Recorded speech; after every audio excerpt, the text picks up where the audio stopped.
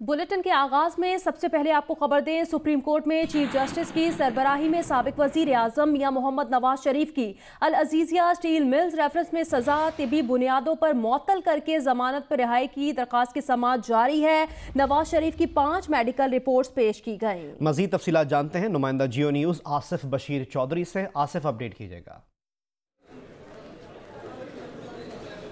जी बिल्कुल, supreme court में इस वक्त चीफ जस्टिस पाकिस्तान की सरबराही में 3 रुकनी बेंच साबिक वज़ीर आज़म मियां नवाज शरीफ की ज़मानत पर रिहाई के हाई कोर्ट के जो हुक्म था जिसमें उनकी ज़मानत की दरख्वास्त को मुस्तरद किया गया था, उस दरख्वास्त के ख़िलाफ़ आज जो दरख्वास्त दायर की गई है उसकी समाअत कर रहा है। इस स्पेशल बेंच के सामने चीफ जस्टिस की सरबराही में ये जो बेंच समाअत कर रहा है, इसके सामने मियां नवाज शरीफ के वकील ख्वाजा हारिस जो हैं वो अपने दलाइल दे रहे हैं। उन्होंने अपने दलाइल में अब तक जो 5 मेडिकल बोर्ड्स बने थे मियां नवाज शरीफ की सेहत की जांच के लिए, उन तमाम की रिपोर्ट्स पेश की हैं और ये बताया है कि मियां नवाज शरीफ जो हैं उनकी न सिर्फ ओपन हार्ट सर्जरी हुई है बल्कि उनके किडनी में स्टोन है, उन्हें ब्लड प्रेशर का मर्ज़ भी है। मॉर्निंग के वक्त में उनका जो ब्लड प्रेशर है वो रेगुलरली 160/90 जो है ये आ रहा है। इसके अलावा जो उनकी खाली पेट की जो सुबह की ज़ियाबितिस है उसकी जो रीडिंग है वो 154 है खाली पेट की, जो कि हाई बताई जा रही है। इसके अलावा उन्होंने ये कहा कि उन्हें फौरी तौर पे सीनियर कार्डियोलॉजिस्ट जो हैं उनकी और जो इलेक्ट्रोफील्ड कार्डियोलॉजिस्ट जो हैं उनकी ट्रीटमेंट की फौरी तौर पे ज़रूरत है। इसके अलावा भी उन्होंने उनकी सारी मेडिकल हिस्ट्री और जो है वो बताई और वो बताया कि इन अभी जो उनकी सेहत बिगड़ी है इससे पहले भी वो दिन में 17 मुख्तलिफ़ किस्म की अद्वियात जो हैं वो इस्तेमाल कर रहे हैं। इसके अलावा 1 घंटे से ज़ायद वक्त हो चुका है अदालत में इस केस की समाअत को शुरू हुए और ख्वाजा हारिस जो 1 घंटे से ज़ायद का वक्त शुरू हो चुका है, ये समाअत शुरू हुए बहुत शुक्रिया आसिफ बशीर चौधरी, आपने अपडेट किया। साबिक वज़ीर आला पंजाब शहबाज शरीफ का कहना है कि बार बार दरख्वास्त के बावजूद आज भी मियां नवाज शरीफ की तीमारदारी से रोक दिया गया। वो और उनके ख़ानदान के दीगर अफराद हफ्ते में 2 से 3 बार मियां नवाज शरीफ से मिलते थे ताकि उनकी सेहत से बाखबर रह सकें, लेकिन अब सिर्फ नवाज शरीफ से मुलाकात जुमेरात तक महदूद कर दी गई है। शहबाज शरीफ ने कहा कि नवाज शरीफ से मुलाकात का हक छीना जुल्म और नाइंसाफ़ी है।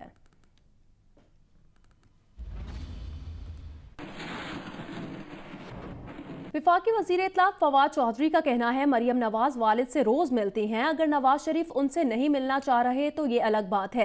पंजाब हुकूमत ने पूरा कार्डिक यूनिट नवाज शरीफ के लिए जेल में पहुंचा दिया है। उन्होंने ये भी कहा कि इस मामले में जो बयानिया बनाया जा रहा है वो सुप्रीम कोर्ट में केस की वजह से है। हुकूमत इलाज के लिए लंदन नहीं भेज सकती। वो प्रोग्राम आज शाज़ेब खानज़ादा के साथ में गुफ्तगू कर रहे थे। मरियम नवाज ने अब से थोड़ी देर पहले ज़ाहिर ट्वीट किया, फिर मरियम औरंगजेब का भी बयान सामने आया कि 5 दिन से मिलने नहीं दिया जा रहा मरियम नवाज साहिबा को, ना ही उनके ज़ाती फिजिशियन को मिलने दिया गया है। क्या इस वक्त सारा का सारा मामला है, हुकूमत का क्या मौक़िफ़ है? नहीं, मरियम साहिबा को हफ्ता इतवार 2 दिन जो है वो नहीं होती छुट्टी, वो छुट्टी होती है, उस दिन नहीं मिलने दिया गया होगा, लेकिन इसके बाद तो वो तो रोज़ाना मिलती हैं। और नवाज शरीफ साहब जो है अगर उन्होंने ख़ुद इनकार कर दिया हो मिलने से तो अलहदा बात है, अदरवाइज़ कोई ऐसा प्रॉब्लम नहीं है। और अभी तो पूरा एक कार्डिक यूनिट जो है वो पंजाब गवर्नमेंट ने मूव करके वहाँ पे कर दिया है। उनकी सेहत का भी जो है वो पूरा ख्याल करने का प्राइम मिनिस्टर साहब ने कहा है। मेरा ये ख्याल है कि ज़्यादातर जो इस वक्त एक नैरेटिव बनाया जा रहा है वो बेल के लिए है जो सुप्रीम कोर्ट में पेंडिंग है, उसके लिए एक पब्लिक नैरेटिव जो है वो बनाया जा रहा है। इससे ज़्यादा इशू नहीं है। उनकी सेहत का भी मुकम्मल ख्याल किया जा रहा है, हर किस्म की ऑफ़र भी उन्हें जो है वो की गई है, सवाए इसके कि लंदन हम नहीं भेज सकते, उससे इधर इधर जो भी करवाना है वो हमसे करवा।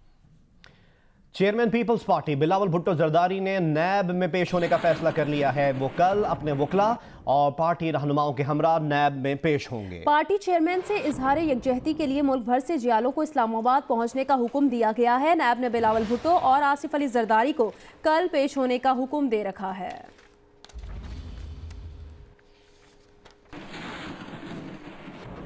Chairman Peoples Party Bilawal Bhutto Zardari का कहना है कलअदम तंजीमों से वाबस्ता उजरा की बरतरफी के मुतालबे पर उन्हें नैब का नोटिस मिल गया है। उनके मुतालबे पर हुकूमत ने यह रद्द-ए-अमल दिया है कि उन्हें रियासत मुखालिफ कहा गया। उन्हें कत्ल की धमकियां मिलना भी उनके इसी मुतालबे पर हुकूमती रद्द-ए-अमल है। सोशल मीडिया पर पैगाम में बिलावल ने कहा काबीना में कलअदम तंजीमों से वाबस्ता उजरा की मौजूदगी तक हुकूमत को कोई संजीदा नहीं लेगा। बिलावल भुट्टो ने यह भी कहा कि कलअदम तंजीमों के तरबियती मराकज़ की हिमायत करने वाले वज़रा को बरतरफ किया जाए।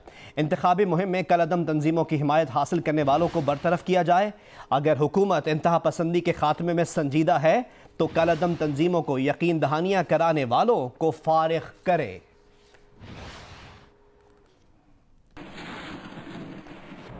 सहाफ़ी ने वज़ीर ख़जाना असद उमर से सवाल किया कि अपोजिशन कह रही है हुकूमती वज़रा के कलअदम तंजीमों से राब्ते हैं, जिस पर असद उमर ने जवाब दिया कि मेरी इलेक्शन मुहिम में जिन तंजीमों ने साथ दिया वो खुद दहशतगर्दी का शिकार रही हैं। मेरे सिर्फ इलेक्शन कैंपेन के अंदर देख लिया कि किन तंजीमों ने मेरी हिमायत का ऐलान किया था और उनमें से एक का मैसेज मुझे अभी दोबारा आया जो ये वो तंजीमें हैं जो शिकार रहे हैं दहशतगर्दी का। उन्होंने मेरी इलेक्शन कैंपेन में सर खोल के नहीं, जिस दिन ये इल्ज़ाम लगा ना तो अगले दिन मेरे पास मैसेज आया वहाँ से। उन्होंने कहा जी हम आपके साथ आज भी खड़े हैं, मगर आप चाहते हैं तो हम स्टेटमेंट भी देने को तैयार हैं आपके लिए। Thank you. आसिफ अली जरदारी ने नैब का कॉल अप नोटिस भी सिंध हाई कोर्ट में चैलेंज कर दिया है। नैब ने आसिफ अली जरदारी और बिलावल भुट्टो को कल तलब कर रखा है।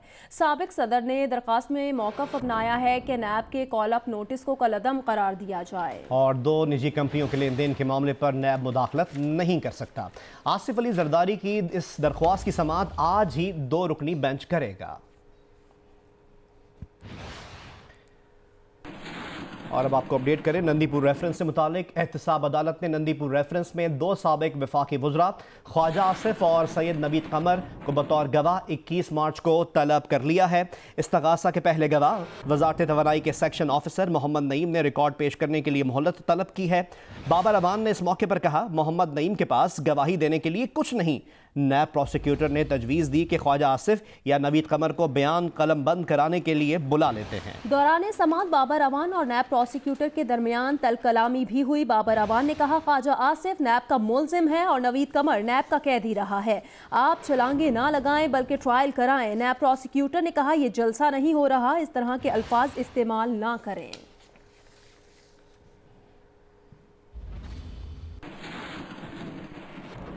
लाहौर की एहतसाब अदालत ने पैरागॉन हाउसिंग स्कैंडल में गिरफ्तार साबिक वजीर रेलवे ख्वाजा साद रफीक और उनके भाई ख्वाजा सलमान रफीक के जुडिशल रिमांड में 4 अप्रैल तक तौसी कर दी है। अदालत ने नायब प्रोसिक्यूटर को हिदायत की है कि हतमी रिपोर्ट जल्द तैयार की जाए।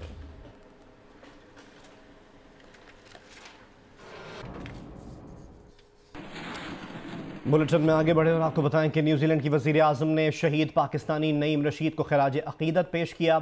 जसिंडा आर्डन ने दहशतगर्द को भागने पर मजबूर करने वाले अफगान शहरी अब्दुल अजीज़ को भी खराज तहसीन पेश किया। पार्लियामेंट के खुसूसी सेशन से खिताब का आगाज़ अस्सलामु अलैकुम से किया। उन्होंने कहा कि मसाजिद पर हमला करने वाले शख्स के खिलाफ कानून के तहत कार्रवाई होगी। उन्होंने कहा हमलावर दहशतगर्द, मुजरिम और इंतहा पसंद है, आप मुझे उसका नाम लेते हुए नहीं सुनेंगे।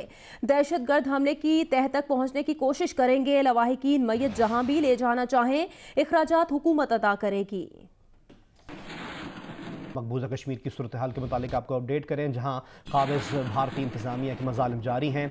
2.5 माह में 700 से ज़ायद कश्मीरी रहनुमा और कारकुनों को गिरफ्तार किया गया है।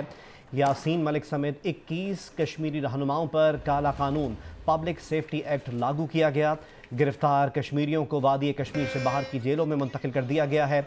हुर्रियत रहनुमाओं ने अक़वाम मुत्तहिदा इंसानी हकूक़ के आलमी इदारे से नोटिस लेने का मुतालबा कर दिया। कश्मीर मीडिया सर्विस की रिपोर्ट के मुताबिक काबिज़ भारतीय इंतज़ामिया ने 77 दिनों के दौरान कश्मीरियों के खिलाफ क्रैकडाउन किया। यासीन मलिक समेत 21 कश्मीरियों पर काला कानून पब्लिक सेफ्टी एक्ट लागू किया गया।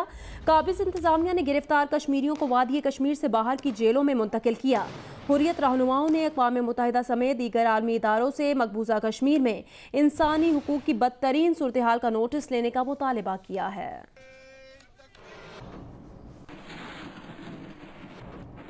करतारपुर राहदारी मंसूबे पर पाक भारत टेक्निकल माहिरीन की मुलाकात आज करतारपुर जीरो लाइन पर हो रही है। मुलाकात में करतारपुर राहदारी के नक्शे और सड़कों के डिज़ाइन समेत दीगर तकनीकी उमूर पर गौर किया जाएगा। सिफारती ज़रा ये भी बताते हैं कि करतारपुर राहदारी मंसूबे पर पाक भारत टेक्निकल माहिरीन की मुलाकात आज जीरो लाइन करतारपुर के मकाम पर हो रही है। इन मुज़ाकरात में पाकिस्तान और भारत के मंसूबे पर काम करने वाले इंजीनियर्स और दीगर टेक्निकल माहिरीन हिस्सा लेंगे। करतारपुर राहदारी मंसूबे पर दोनों ममालिक के वफूद की मुलाकात 2 अप्रैल को वाहगा बॉर्डर पर होगी।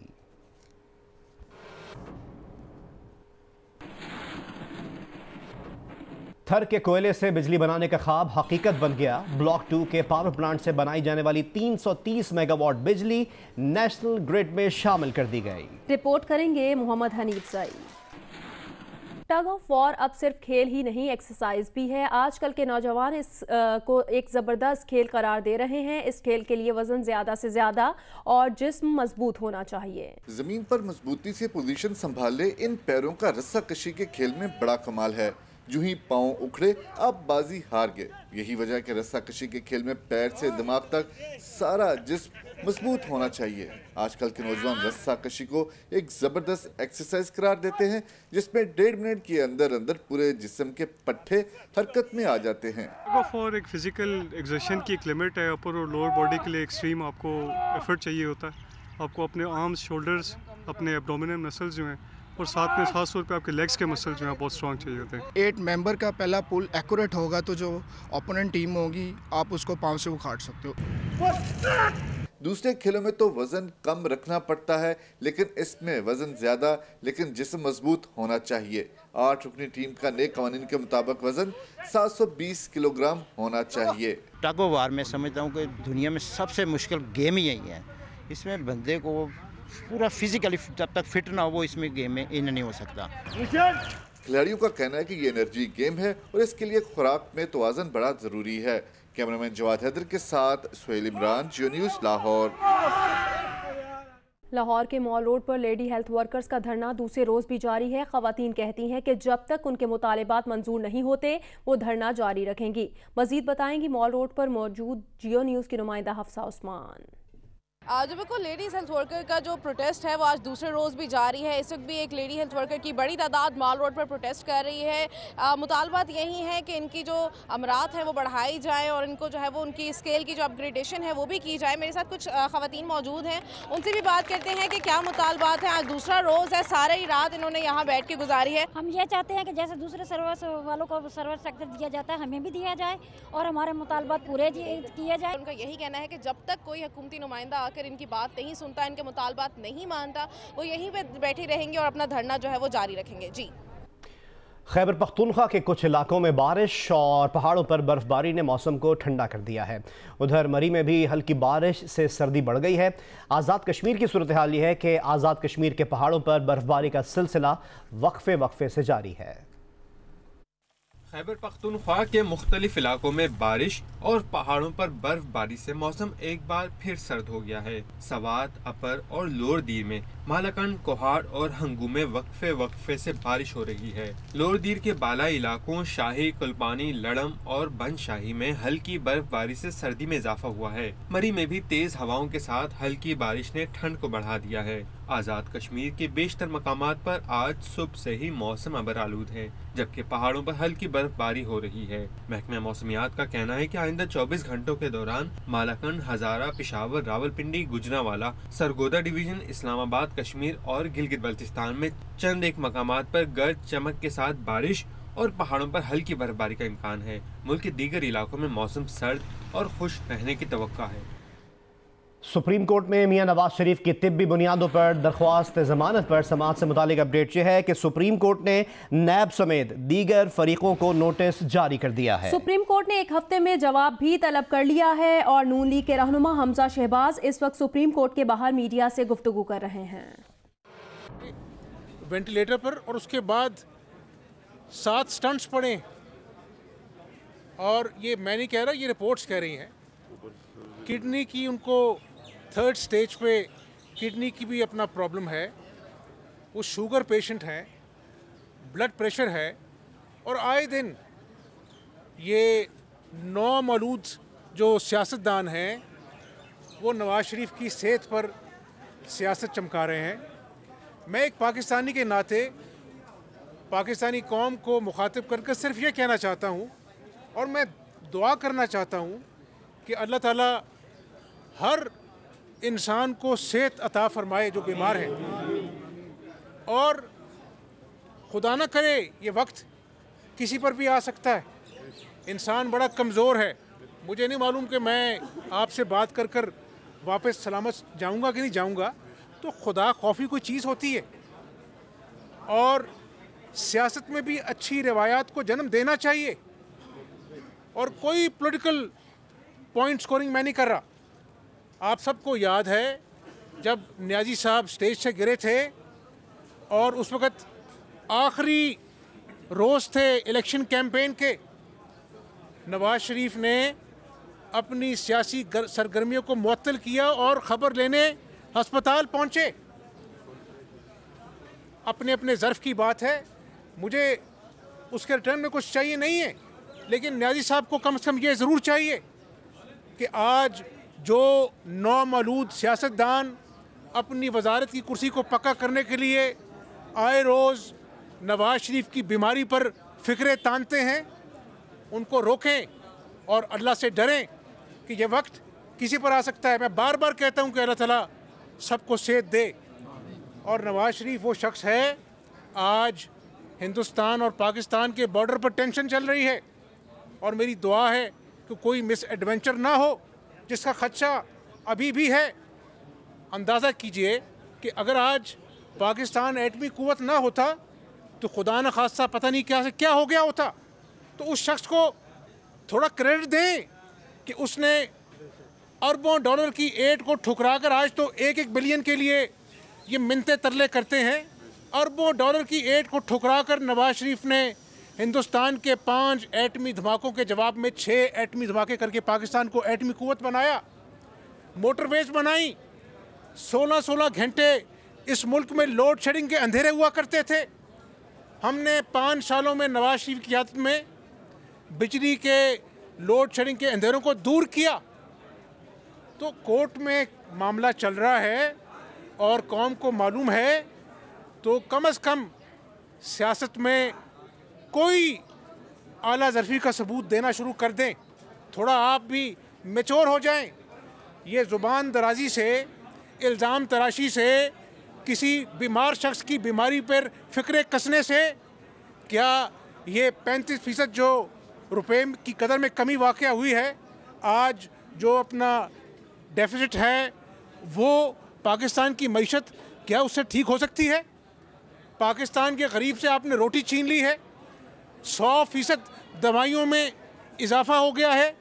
ना एक रेडी वाला जो है उसको रोज़ी मिल रही है, ना किसी फैक्ट्री वाले को रोज़ी मिल रही है। ताजिर परेशान है।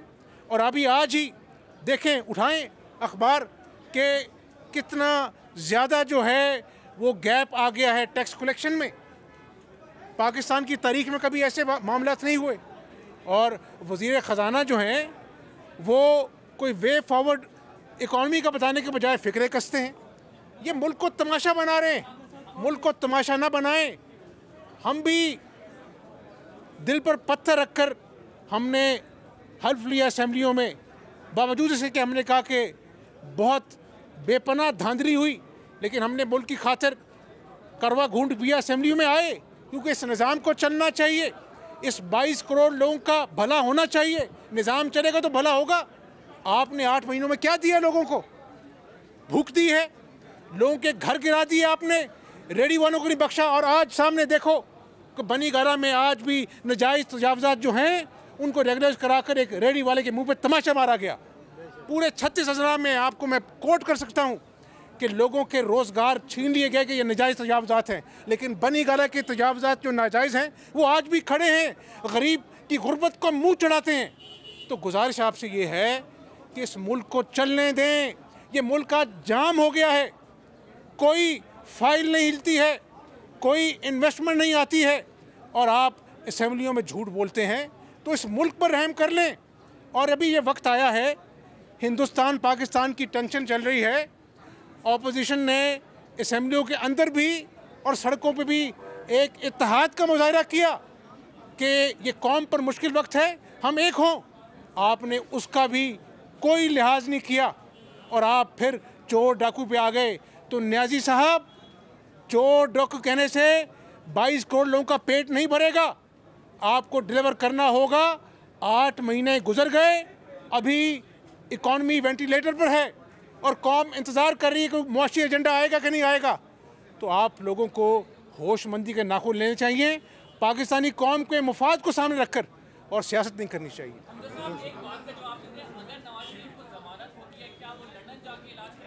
मेरे भाई, एक बीमार शख्स है, अपनी बीवी को बिस्तरे मर्ग पर छोड़कर पाकिस्तान आया। वो चाहता तो वो एक उनके पास जवाब था कि वो रुख थे, वो पाकिस्तान आए। तो आज मेरी दुआ है कि अल्लाह ताला सबके वालिदैन को सेहत दे, जो भी डॉक्टर्स की एडवाइस होगी, जो बेस्ट मेडिकल ट्रीटमेंट होगा, उनको मिलना चाहिए। अल्लाह ताला सबके वालिदैन को ज़िंदगी सेहत दे और नवाज शरीफ साहब को अल्लाह सेहत अता फरमाए। Hi, I'm Wajid Sani. Thanks for watching Geo News. For more videos and updates, don't forget to click the subscribe button. Keep watching Geo News.